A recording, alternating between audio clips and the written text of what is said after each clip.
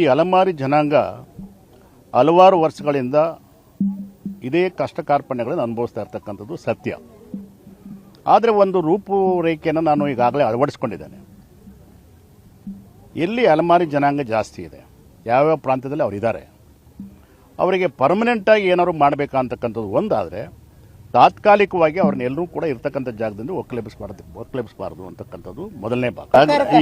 ಈಗಾಗಲೇ ಹೇಳಿದ ನಾನು, ಪರಿಸ್ಥಿತಿ ಇವ್ರದ್ದು ಗಂಭೀರವಾಗಿದೆ. ನಾನು ಆ ಜೋಪಿಡಿಗಳನ್ನು ಕೂಡ ನಾನು ಇನ್ಸ್ಪೆಕ್ಟ್ ಮಾಡಿದ್ದೇನೆ.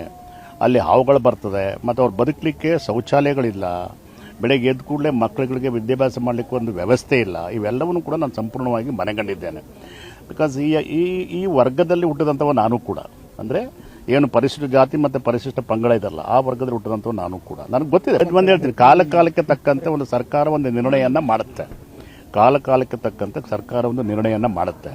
ಇದು ಕೂಡ ಆ ನಿರ್ಣಯದ ರೂಪದಲ್ಲಿ ಪರಿಪಕ್ವವಾಗಿ ವರ್ಗದ ಜನಕ್ಕೆ ಏನು ನ್ಯಾಯ ಸಿಗಬೇಕೋ ಅದು ಸಿಗೋ ತನಕ ನಾನು ಹೋರಾಟ ಮಾಡ್ತೀನಿ ಅಂತಕ್ಕಂಥ ವಿಚಾರವನ್ನು ನಿಮ್ಮ ಮುಂದೆ ನಾನು ಹೇಳಕ್ಕೆ ಇಚ್ಛಪಡ್ತೇನೆ. ಈ ತಾತ್ಕಾಲಿಕವಾಗಿ ಅವ್ರನ್ನ ಒಕ್ಕಲಿಸಬಾರದು, ನಂಬರ್ 1.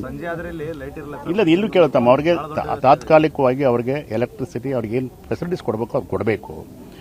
ಶೌಚಾಲಯಗಳ ವಿಚಾರವಾಗಿ ತಾತ್ಕಾಲಿಕವಾಗಿ ಏನಾದ್ರು ಮಾಡ್ಕೊಳ್ಳಿಕ್ಕಾಗುತ್ತೆ, ಇಲ್ಲಿ ಜನಸಾಮಾನ್ಯರಿಗೆ ತೊಂದರೆ ಆಗದ ರೀತಿ ಅಂತಕ್ಕಂಥದ್ದು ಕೂಡ ನಾನು ಹೇಳ್ತೇನೆ. ಹೇಳ್ತೀನಿ, ಅದನ್ನು ಹೇಳ್ತೀನಿ.